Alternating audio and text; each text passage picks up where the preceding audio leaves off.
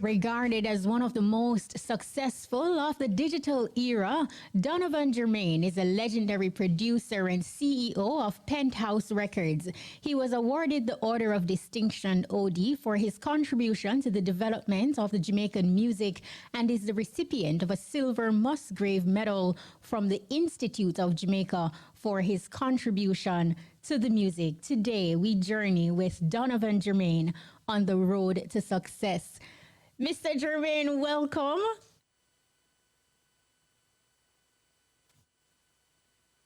I'm not hearing you there. So, Donovan, can you hear me? Hear me now? Yes, I can hear you now, loud and clear. I, I said, thanks for having me. Awesome. I am really looking forward to today. Your journey is so rich. The research is extensive but exciting. And I'm really grateful that you were able to come on and, take us along with you as you reflect on some awesome times in your historic journey. So thanks. Okay, you're welcome. All right. Now let's begin with your childhood. So share with us a moment from your childhood in Whitfield Town, Kingston 13, that helped to shape the man that you are today. Well, I resided of a sound system by the name of El Toro. So every Saturday in the day, they would bring out the sound the boxes and play music because they had a dance night the same night. So that's how I got to really have an appreciation for the music because I heard it every single weekend, not from the radio, but from a sound system. And so I'm actually having a dance in my home as a 10-year-old every Saturday. And I'm hearing all these pre-release songs that wasn't played on the radio. Today they call them specials. So that really kind of shaped my musical taste to where I am today, really. So even as a 10-year-old, when you're listening down the streets and you're hearing these music and these songs, can you recall like who were some of the entertainers that probably resonated with you, or some of the songs that got you excited as a youngster? Delroy Wilson, John Holt, Alton Ellis, you know, the tenors, Cornell Campbell. Actually, those are the days when Clement Dodd ruled the roost. So you're most of the artists that was aligned to Studio One. Mm-hmm. No, no. You attended Kingston College. Take us back to your high school years and young Donovan Germain in the classroom and around your peers. Well, no, something. Uh, my prep school always complaining that I don't talk about them when I come in interview. I attended vast prep, so I have to Mm-hmm. say that. All right. So at KC, I was just like any other busybody 11-year-old, you know, going to high school and wearing my, they call it no, long pants or tall pants. They know which one it is. Because one of the things that I told when I was going to fast prep, it's pure short pants I wear. So one of the things I told Mm-hmm. my mother and father, if I pass my common entrance, no more short pants for me. So that was my motivation, you understand? So going to KC, which I tell people otherwise it's probably the best 5, 6 as a young man. And I would go I've never left KC. That's we have to put it away also. So Mm-hmm. I got into trouble. So got get suspended sometimes and the What? headmaster Douglas Forrest. Yeah man, I didn't work. Uh, you know, but you see that I am a perfect example of a late bloomer. You understand? Mm-hmm. So I got problems and the teacher said, "Boy, I'm not doing the work," and them say, "Boy, don't come back to school." But Douglas Forrest, who was headmaster, one of the greatest humanitarian that I've ever encountered, always found a way to motivate you to do better. So we got that, develop that fighting spirit of trying to do better all the time, based on the association with Douglas Forest and the school. So that's basically all my. I played Manning for the school. So that basically my year at KC. So how did your parents deal with Donovan Germain, the teenager, getting suspended from school and getting into trouble? Did they understand what was going on with you? Were they like that principal? What was that interaction? They didn't know because at the time I had a friend of mine, Donald. He was older than I was. So when I had that issue at KC, I just carry him as my uncle. So my mother and father didn't know. Say, Oh. so they say I must go back to school. Because they say bring a parent, bring a guardian. So I just carry G1 all the while. But it was consistent. Mhm. Reflecting on your upbringing with your mom and dad, can you remember a lesson or they have shared with you that still sticks with you to this very day? Well, yes, be careful of the people that I associate myself with. I've lived by that Mm-hmm. from a teacher from my mother and father from that day till this day.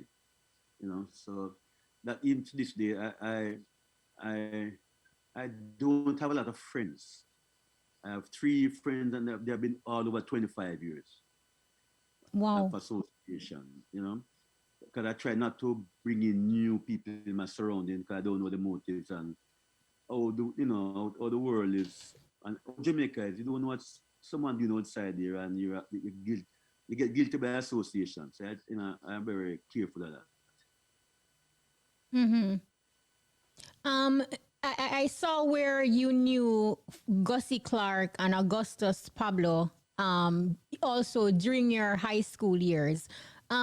During this period of your life, what were your dreams and aspirations when you were, being friends with them because they ultimately became renowned producers as well? Well, uh, I was a couple years in front of Gussie and Augustus Pablo. But at the time, we weren't thinking about the music. We're just being Mm-hmm. youngsters in KC enjoying school life, you know. But as after school now, then the association with music began when I migrated to the States. And when Gussie came up from Jamaica, he used to stay by my place with my parents. So like Gussie basically is my mentor in the Mm-hmm. music industry, along with Lloyd Campbell. But Gussie, my first job in New York was in a record store. And by virtue of the fact that I knew Gussie was employed to buy all the new records from Jamaica and send to the store in New York. But.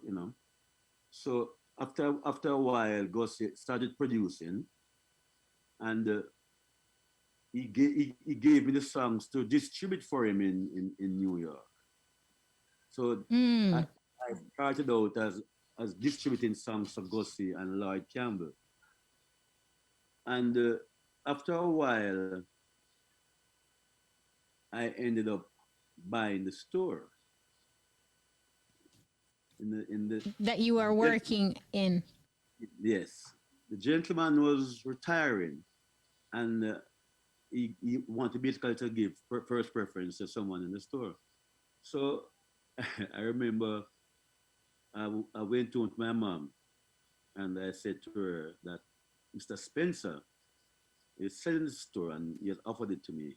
And I don't have the money because I might go clerk in the store, but I have entrepreneurial inclinations already. So she said to me, I remember I can vividly remember she just sat on the bed and said, Donovan, you think I could come to America, scrub white people floor, and send you to school and you come and talk about going into music.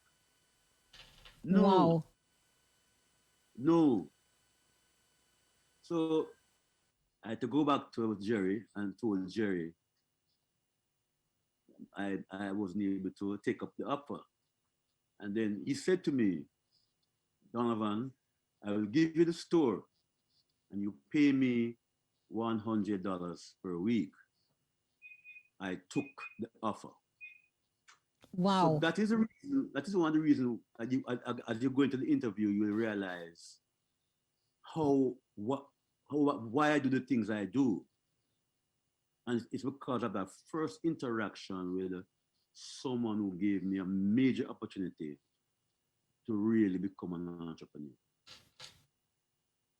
What did your mom say to you having gone home? I presume the following day with this awesome news that you are undertaking this huge opportunity as a youngster, early 20s. And look here, you see, once I make up my mind to do something, there's no turning back. So I never even discuss it with her again. Because as far as I'm concerned, I'm not gonna get any no support from that here. But I always knew that whatever I'm doing is mostly something that I'm enjoying, right? But at the same time, I must tell you, I during the time that I was working in a record store, I was also working at Wall Street. That was what my mother wanted.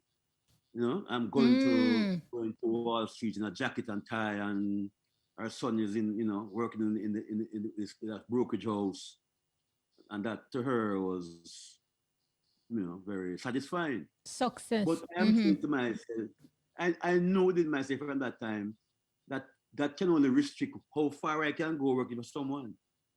So I just decided, well, look at this. I'm going to undertake this situation of this record store and start from there. Now I remember after okay, so I'm at Wall Street going to work, and then I started working in the afternoons from 2 to 10. So I'm at the record store from 10 o'clock until 1:30, and my girlfriend, she was there from onwards. So after a while, I just got tired of going to this job, and I just remember I went to the store, I just took off my jacket and put it on the counter, and I just said, you know what, I'm not going back to this job. Because this is what Wow. I want. I am going to. I didn't even call him and resign. I just said I'm not going back to this job, and I just decided, say, this is where I That's am going it. to. Yeah, this is where I'm going to give it. So all little money that I have now, I remember I went down to the wholesale place, distributor, bought the records them to stock up the store, and that was the Thursday, and Kshema. The Saturday morning when I went back to the store, they broke into the store and took out majority of the Oh stuff. my goodness. So was this discouraging for you? How did you deal with this setback? Well, that's the greatness of Kingston College. It gives you the spirit of not yielding. Mm. Understand me? So I remember my girlfriend at the time, she had a credit card, and she said to me, well, you have to go on, because you don't need to make a commitment that you're going to the job. And she took her credit card and we went down to the distributor and replenished this store and fixed the weak area that the people broke in, and started from there. So then after that, I came in contact with one Miss Sonia Pottinger, and I met her, and I guess she liked what my spirit and stuff like that, and my passion for the music, and she decided to give me her catalog to distribute. So I've been very Wow. fortunate to be given opportunities, as a young man without much experience in the area, you know.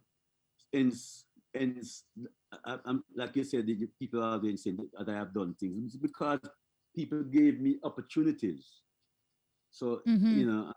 if I didn't get these opportunities, I wouldn't be the man that I am today. So I always endeavor to try and give young people opportunities. And even listening to you now, while being in the record store and having that entrepreneurial spirit that led you to taking the opportunity to becoming the owner, fixing up the place, getting new records, but that still wasn't enough because your dream was bigger. You did not only want to have the records. How did the idea or the dream began in your heart for wanting to produce?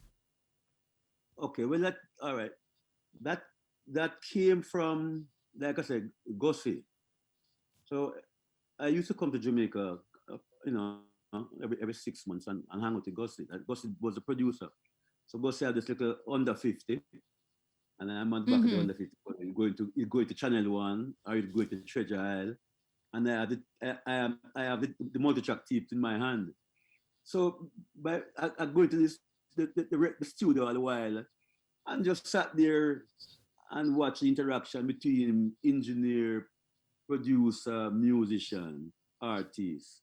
So in essence, that was my apprenticeship I was serving. By the time I never even Mm, fancied it. realize. I just there with Ghosty at the time. You know. So like I come to Jamaica and spend 3 weeks at the time, and then go back up to the States and was there, go back to the store. And then I remember after distributing. But at the same time, I tell people that I learned the music business, coming that way from most people as a producer. I learned from selling a record to distributing a record to producing. So the fact that as a salesperson in a record store, you have to be able to sell the customer a record within the first couple of bars of the song. So you have to have an idea how to play the song, and the mood, and be able to read the mood of the person or the taste of the person that is in front of you. So Mm-hmm. those were also part of my developing my skills as towards being the producer that I am today.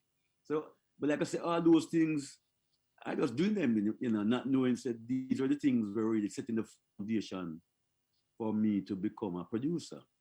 So I remember I came to Jamaica, and like I said, Lloyd Campbell also was a part of the mentorship for me. And I said to him, Lloyd, so I want to try and produce a song. And at the time, he had this group, the Itals, and Joy White, Ronnie Davis, and the Itals. And he said, okay. And he, I didn't know what to get, where to get. So to get the tape, and went down to Treasure Island, the studio at the time, at Treasure Island, downtown, the heart of across from Cornish Market, Bond Street. And I record this song, Sentimental Reason.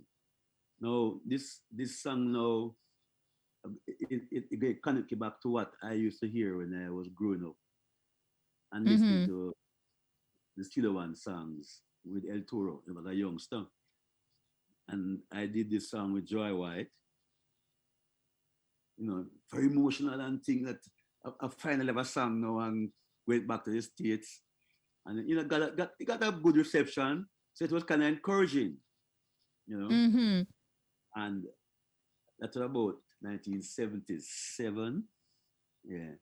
So 1978 now, I came out to Jamaica, went to Channel One, and I met the Tamlins, Carlton, the Vegas brother, and I, I did this song, Don't Break a Promise, which is also a song that I was familiar with from the Studio One days.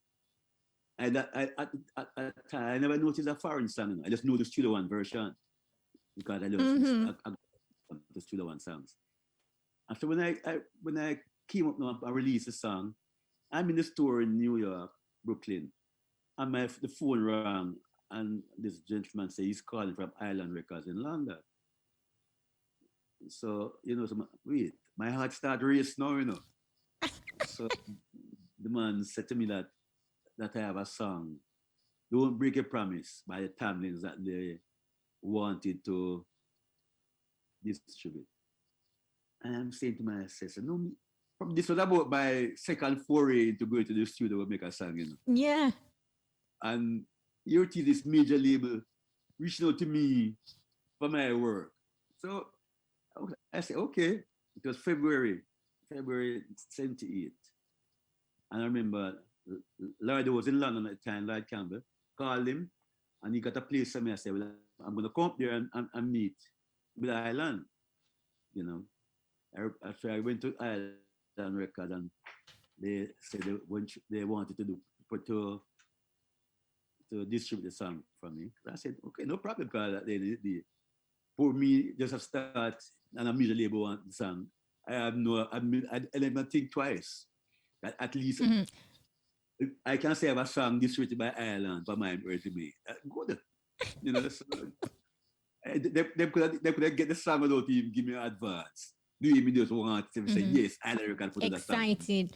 Yes. But this wasn't a part of the Penthouse brand, because this was No. Revolutionary Sounds label.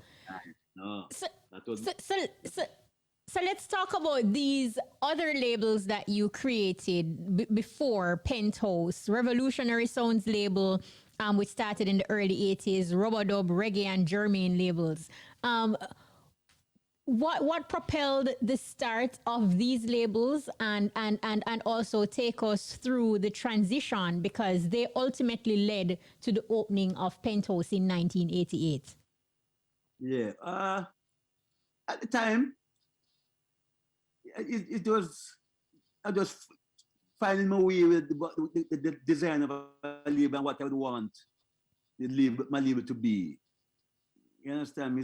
So just the Rubber Dub label came from some dub albums that I started with, and I put some songs there, and then I decided to make another label and put some other songs there. So it wasn't really anything planned. It was more, just fooling around and trying to get a Feeling your label. way. Yeah, it was just feeling my way around. It wasn't anything planned. So anyway, by virtue of Island Records involvement, it really motivated me some more. You say, wow, I have this, I have a little talent as a producer, because if I'm just coming in as a young producer and a major label who is interested in my work, so I keep, kept, you keep it a group name, Cultural Roots. That in the 80s now is a roots music, and I started doing these hardcore roots songs, because the people in England love that kind of music at the time. So, and the fact that I went there and was exposed to what their taste was at the time, I started making some of those songs, you know, and to, to this day, some of these songs they have maintained relevance from that time to even now, you know. So, and I transitioned from there now. I decided to go to England for a while. So I was in England for about 2 years, because I Wow. realized that's where the real market for the music was, But so again, I just decided I want to be successful, so I can go with where my perception of success is at the time, And I must mention here that Robert Livingston, was in London at the same time. I had this a little Vauxhall, and Robert and myself used to go and sell records from the back of his car, while in London. Wow. Yeah. So me and him association go for a long, long way from the 70s still. So You know, I know I also know his story and his success, the work he put in for his success. You know, we should go out and sell records every day, drive all over the place, London, Birmingham, selling our music, you know. So after a while, like again, back and forth from London to Jamaica, and I came again and I did this song everywhere with Master Griffiths. I've been recording Master Griffiths from 1984 until now, But Wow. 1984, no, Master Griffiths and myself have been associated musically. And everywhere, and then it also made that impact in the British market, motivation again. And then I did this song, Audrey Hall. Very some another song, One Dance, the One Dance, One Dance. And Mm-hmm. Audrey Hall, who's incidentally Palmer Hall's sister, we decided to do an answer version to the Barry Salmon song. That song became a major hit, my first major hit. It went to the top 10 of the British National Chart. And the follow-up song, Smile, also went into the British National Chart. So those these things were really basically laying the foundation, because the foundation for Penthouse on the road, you Penthouse. know, Mm-hmm. on the road. So then again, then I came again and I did this song, Just Don't Wanna Be Lonely by Freddie Musgrave. Top 10 British National Chart. So but at the time, I got kind of tired that the traveling from London to New York to Jamaica, Miami, Jamaica. But I had a distributor at that time. I had a distribution in Miami also, and I decided, I'm just gonna come Jamaica and start a label. But before, to remiss of me, I'm not to tell you why I went to get into the studio. While I was in living abroad, I used to come every January, go to the studio, rent the studio for a month, and put in all my work, because at that time, there was much studios in Jamaica. It was like Tough Gang, Dynamic Sounds, Treasure Isle, probably about 4 studios. So when you get studio time, you can't get no more studio time till 2 3 weeks after, if you don't Wow. finish everything, because it is continuously booked. So I remember I came down in January. I pay in advance. I pay 50% of the money to secure the studio To the time. studios. Yeah, Mm-hmm. to the studio time. And I came down and I went on to Dynamic Sounds. And I went inside there, I saw the guy, Neville Lindo, who was batting with Baron Lee's musical director. So I'm there thinking, so well, okay, they were probably gonna just finish up some stuff and I could start. And I remember him telling me that, boy, the studio time canceled because Byron Lee, they're doing the carnival songs.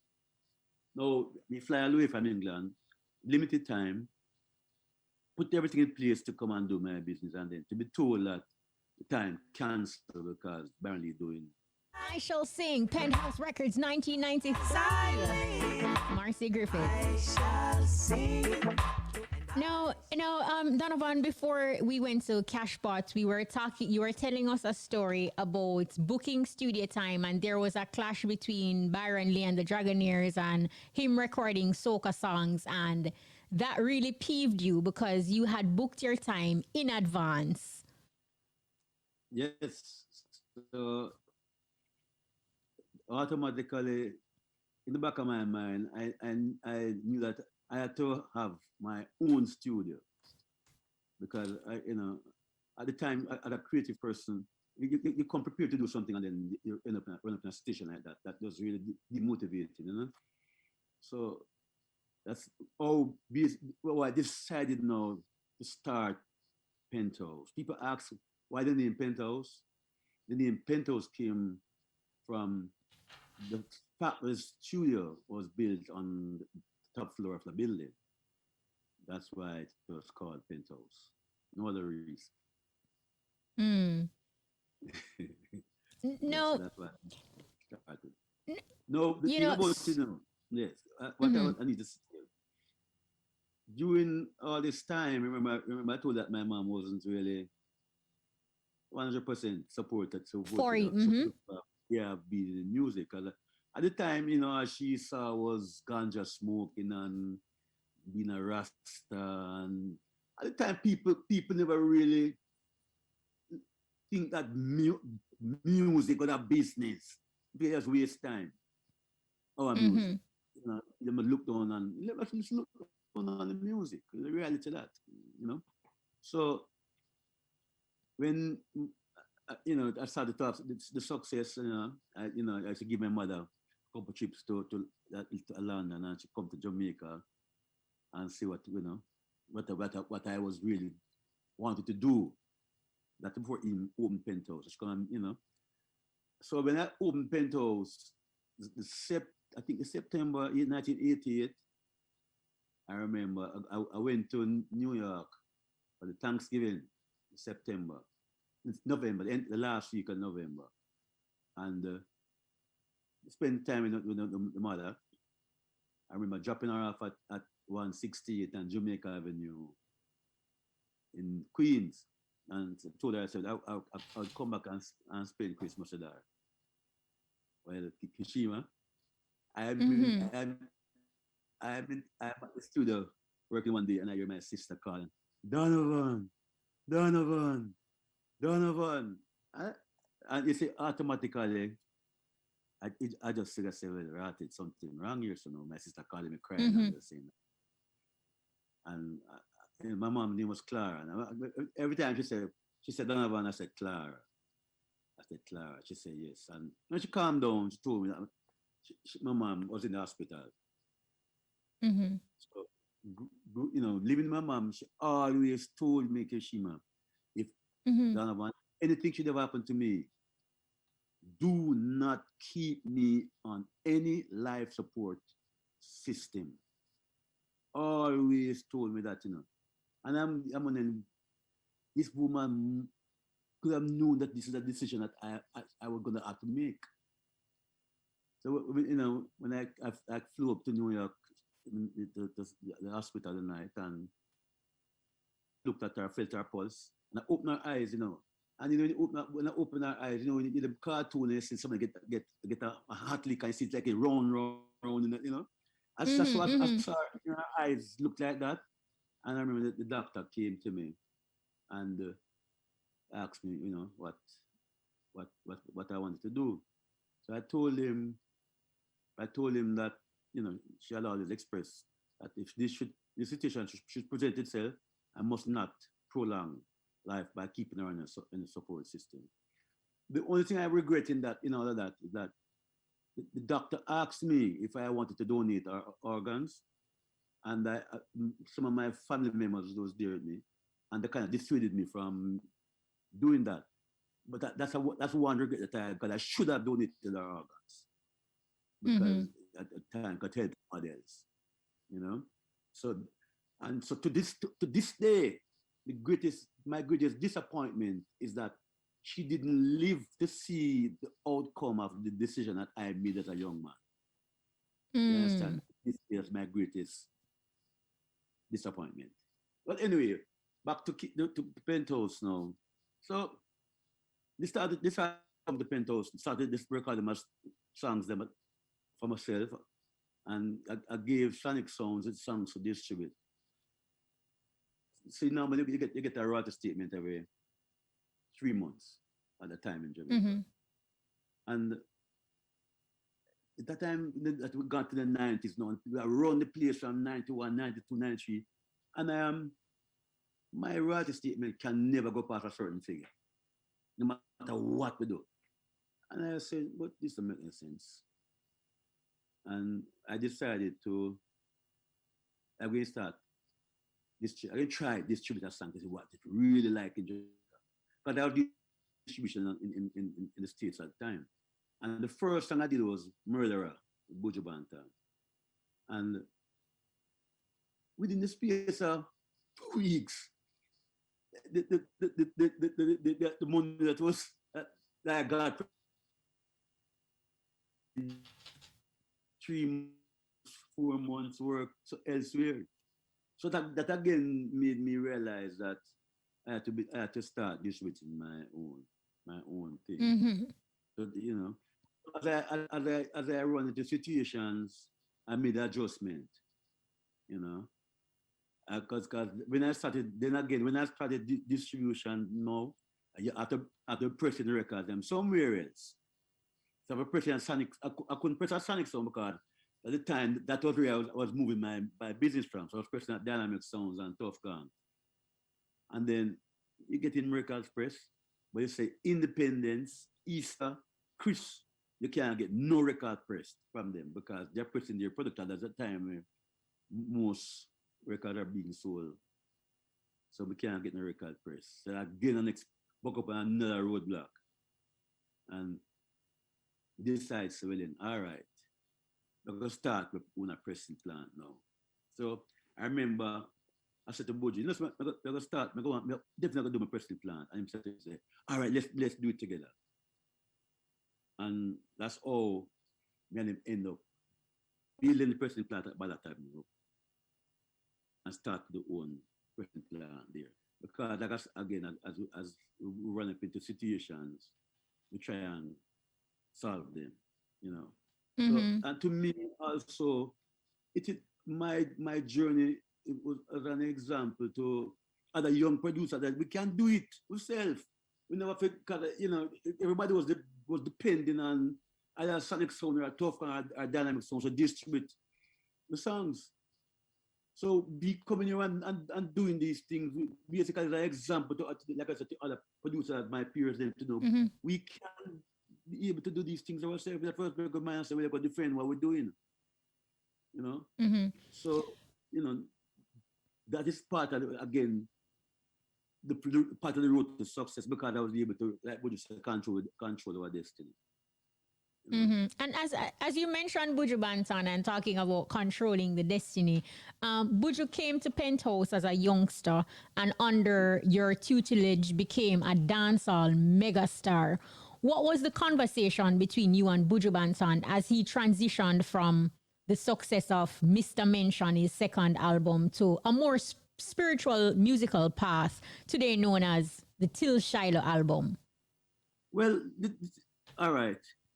I think Buju went abroad and he met someone and in dialogue with them, he got a spiritual awakening, as I would call it then. And then at the time, there wasn't, like I said, the pinnacle of dancehall. There wasn't nowhere else to go, because you keep doing the same thing. It's like you're in high school and you're staying at sixth form all the time. You have to go to college. So when we decided now, we try and do something else, something more, like I say, it was spiritually awakened and we want to write different kind of songs now.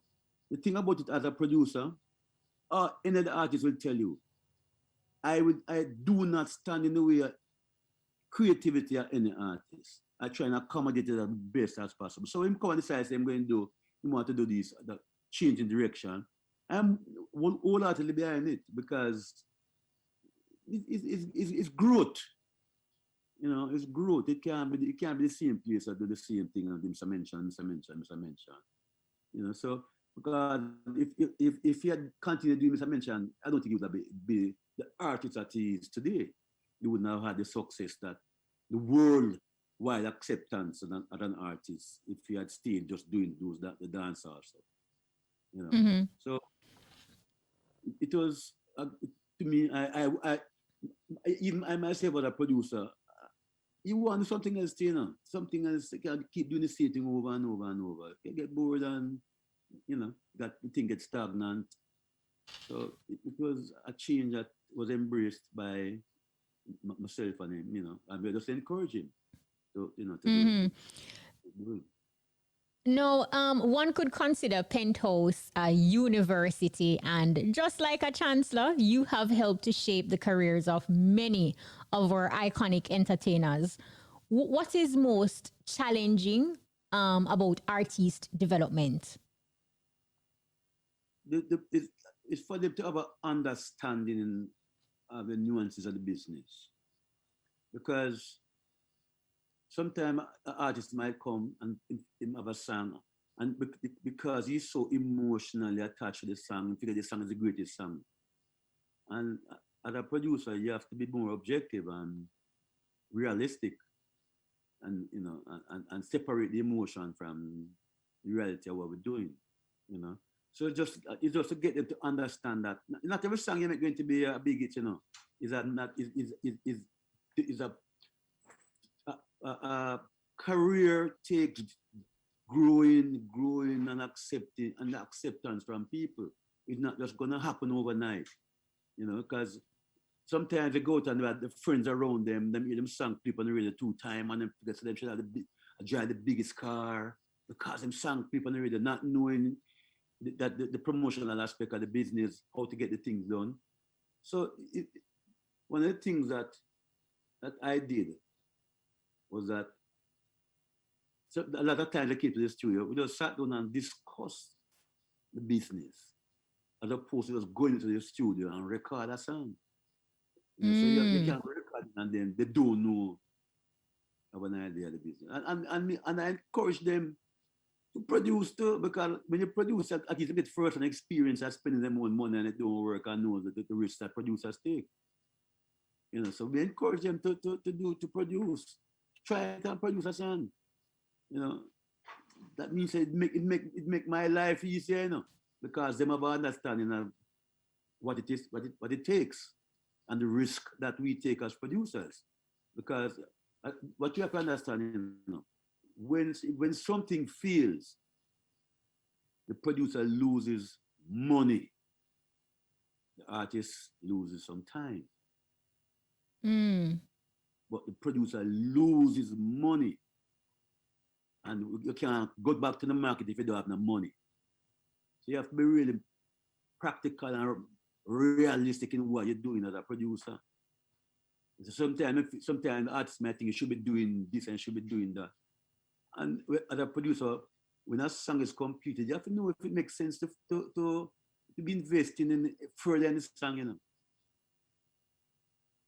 You have to make the song out there, and then if it warrants, you invest in more money in it. You move along with it. But the artist might think that every song you should be going out there and chasing. And I've seen many producers come, and many of them have gone, losing all their money. I've witnessed that in my career. Yeah. Hmm. You have countless hits from Buju Banton, Beres Hammond, Marcia Griffiths, Garnet Silk, Wayne Wonder, and countless others.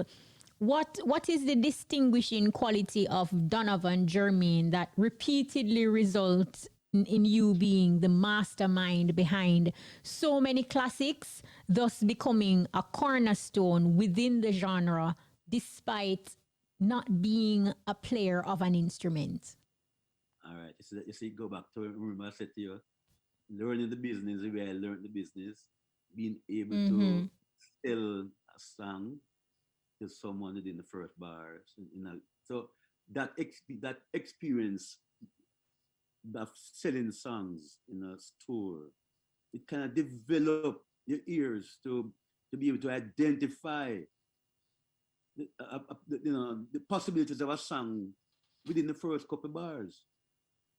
I have a policy, you see, like when I used to work at Wall Street, in the winter, when you come out sometimes you come to all that place at 2, 3 o'clock in the morning, and the winter and that breeze come up Wall Street and lick you. You're tearing up and you didn't know, you're crying and you didn't realize. And I used to tell myself as a producer, if I would go through what I am going through in that winter and take my money and buy a song, this particular song, if it value my taking my hard-earned money and buy it. So that is what one of the things that I think about when I'm making a song and listening to a song. Would I take my money and buy this song? And so that, and like again, the foundation of being in the record store and learning the to sell the songs. That will also contribute to what I do today, because I'm able to identify a song, an artist come inside and sing a song within the first couple of bars. If it makes sense, it doesn't make sense to me. Because if the melody not resonating with me, I'm not interested in it, because that is what will endear you, the audience, to the song. You must have an infectious melody. All right, I'm not interested.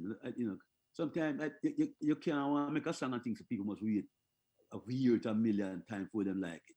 You must have some song must try and make something but impactful from a person hear it. They might not buy it right away, but it resonated then, but them can come because I did that song probably next week I have someone I buy it. And that sort of is in somewhat answering my next question, because from the sound of Dave Kelly and Stephen Stanley's mixes that help to define the sound of Penthouse Records, but still Penthouse has withstand the test of time. People come, they go, they grow, they evolve, yet the sound and the quality remains. Talk to us about quality control, just to expound a little bit, because you kind of alluded to it a bit earlier. Yeah, well, like I said, all right.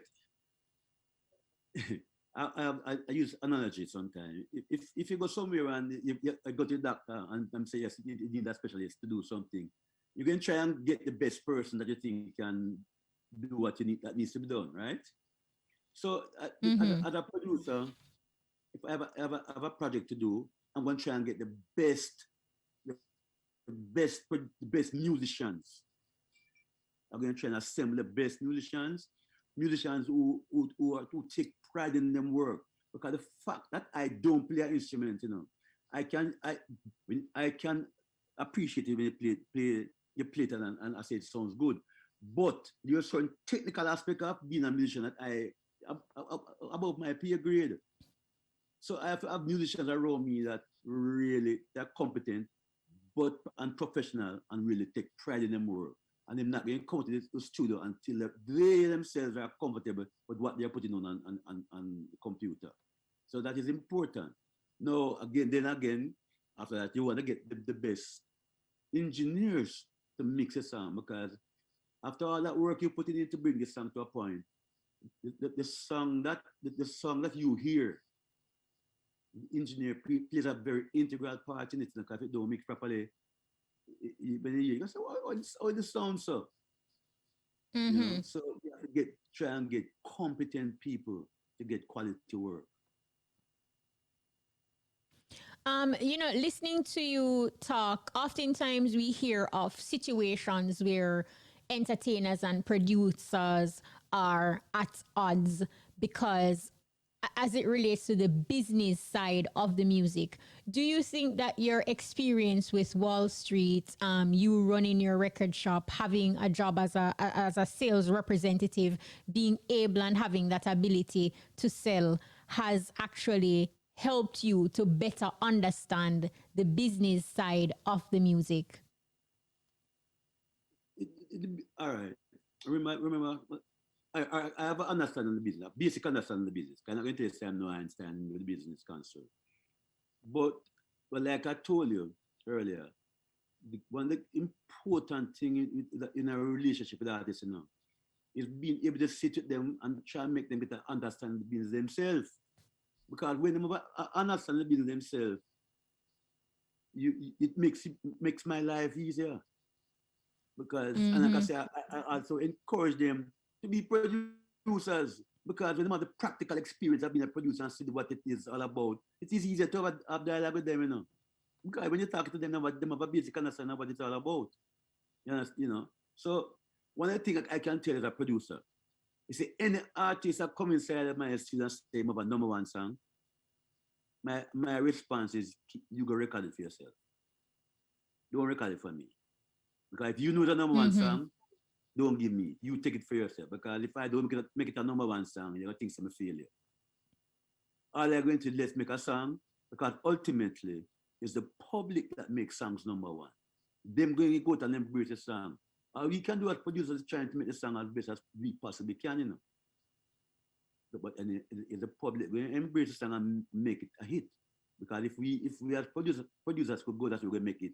Just go to the studio, just make a hit and just go up on the beach and relax. And tomorrow morning come up. So they're going to make a next hit. Make a hit and go back on the beach and just have some nice young girl run around you and come back again tomorrow. They'll make a next hit. That's how it go. No, that's not how it is. So we just as producers have to try and make the song to the best of our ability and try and get as much exposure and that the audience can embrace it, and you know they are the ones that ultimately make a decision on it. You know? And being the head of a label like a Penthouse Records and having so many entertainers come through, and this is an industry that is ego driven. How do you handle situations, conflicts, and egos while being respectful? Leave when it comes to the door, leave the ego outside the door. Because I do have no ego. I mean, I want to bother no ego. Because if you have an artist that is egotistical, when you do something wrong, you know, because then ego you can't correct him, you know. That makes sense. So come inside of that ego. When you come inside the studio, we are collectively trying to make the best song possible. That's what we are doing. So your ego can't help the situation, because if you doing something wrong and we can't talk to you, what sense it make? You know, and I have my policy. I don't want to record every big artist out there. You know, if my spirit will connect with you as an artist, I'm not recording you. You know, not recording you. I want to be comfortable. I must can't be just sitting in my lobby where I am right now and be comfortable with you. We can talk about your family. We can talk about what you want to accomplish in life, or how you're going about it. These are the things we still want to talk about. That when you earn a dollar, you know what to do with it. You understand me? One of the greatest thing for me, or the most satisfying thing for me, is that all the artists them will come around me, have them house. Them can go in the house and can't stay up on the street. That to me is the most satisfying thing in my journey, you know. Not all hits them, but the human element part of it,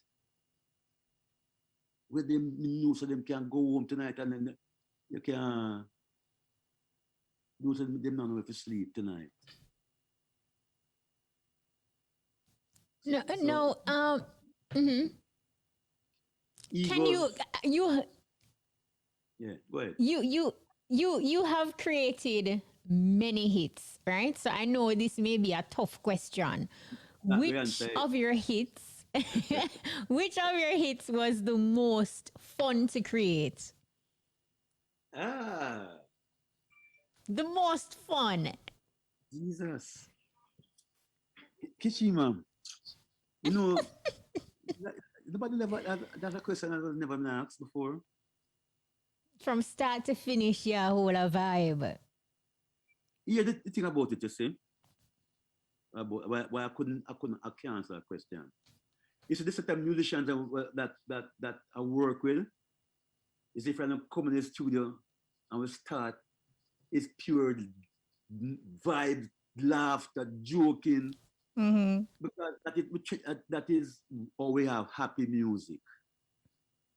That is how people get loose and be creative. So I never really, I can't really answer questions which one of them, you know. Me enjoy, me love music, so me enjoy making all them songs there. You understand me? I mean, I have the special songs. Because a question another journalist asked me, what is my song I love the most? I love all the songs, all of them are part of my creation. So it's like, I'm going to ask my kids, which are my kids that I love most. We couldn't never answer a question like that. You know? Now, is there any artist, right, you have not yet recorded that you would love to work with? Chronics.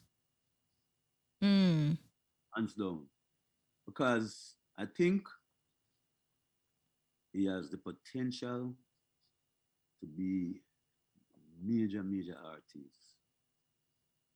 But at the same at the same the flip side of all of this to the music again, which it sometimes bothers me. These young the generation this generation of artists, they want to do everything themselves.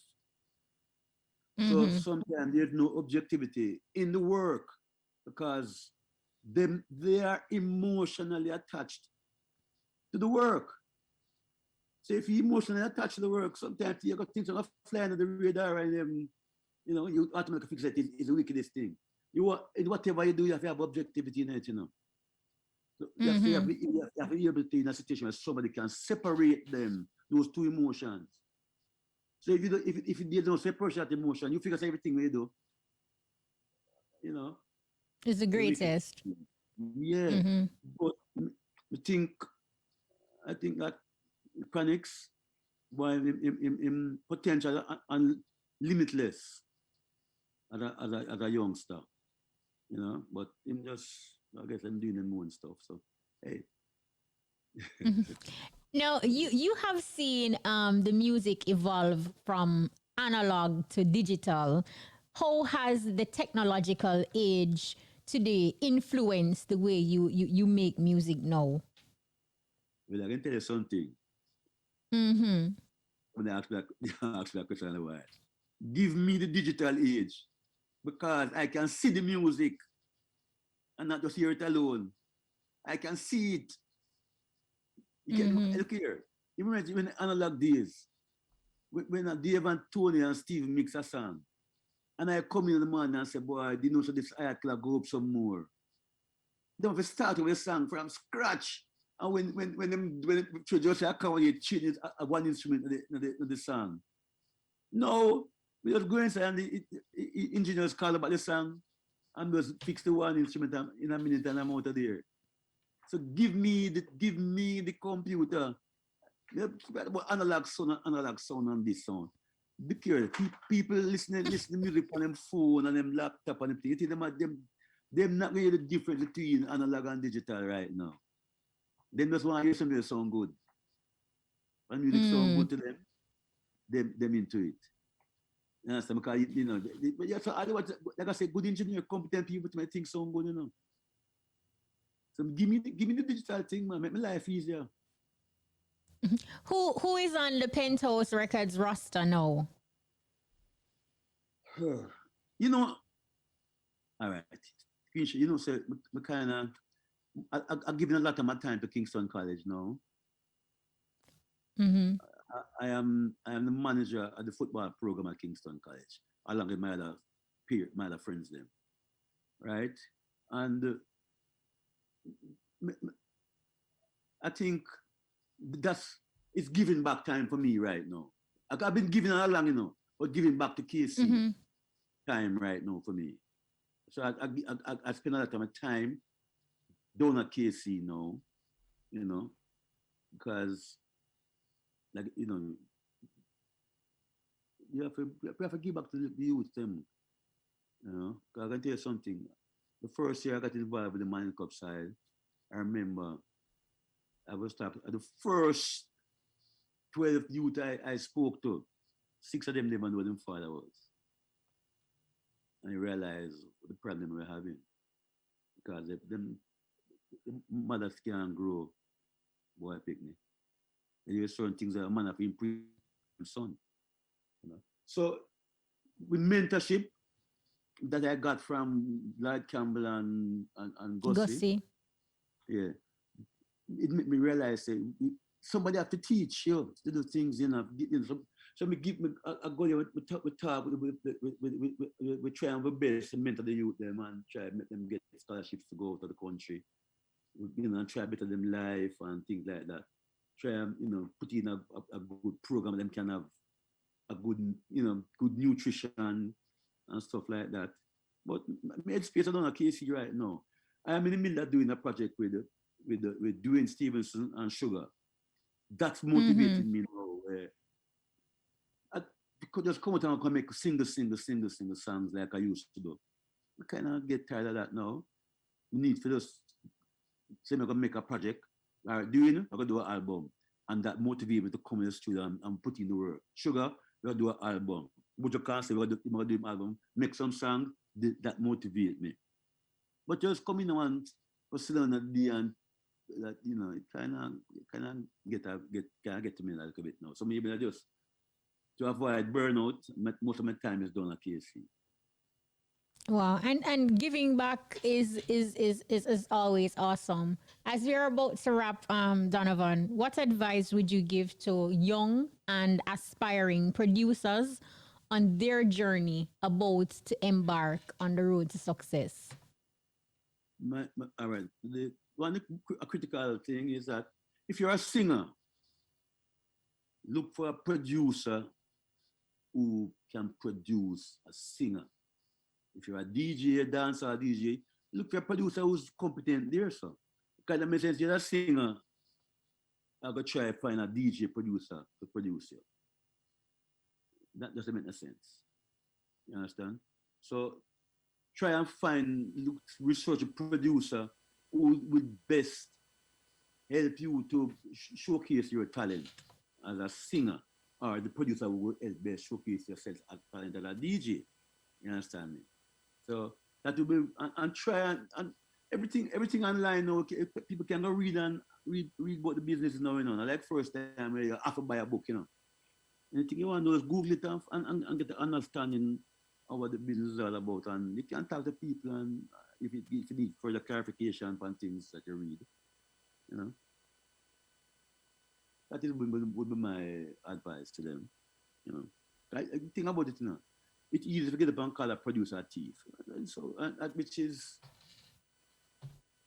it not goes so all the time, It not goes so all the time, But it's a lack of understanding and knowledge.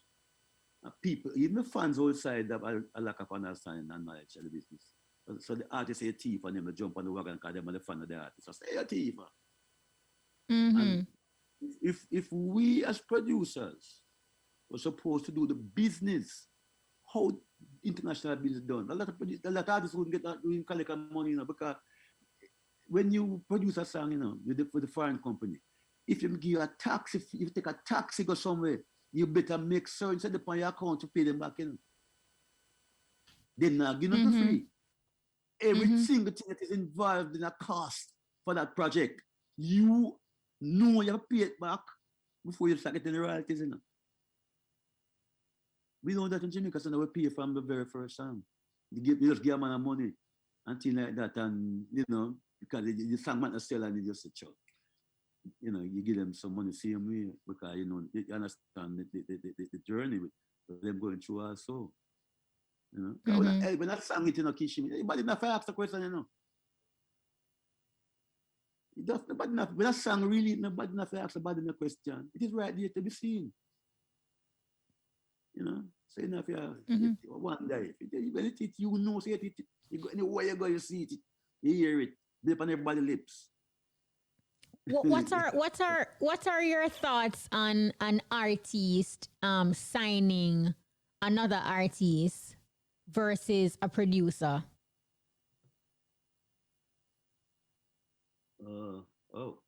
Artist and artist. Artist probably if him can sign an artist, if him have the business acumen to manage and thing like that. But at the end of the day, him sign an artist, he must make sure and say him going to put the artist in a position to maximize his potential by surrounding him with good people, competent people.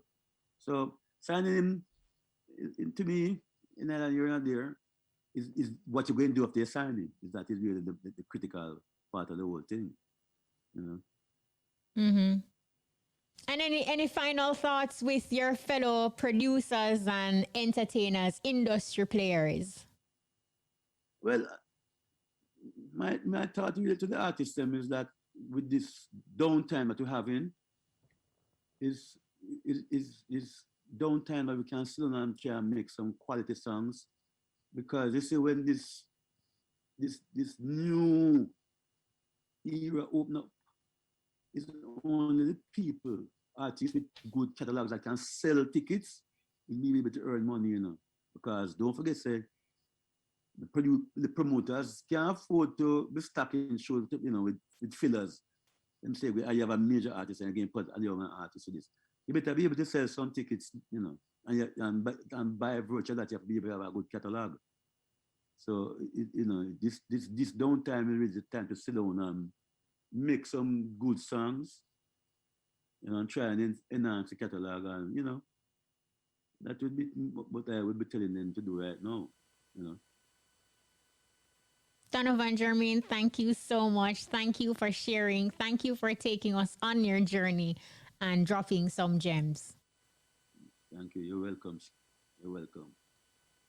All right. That was Donovan Germain, legendary producer and CEO of Penthouse Records.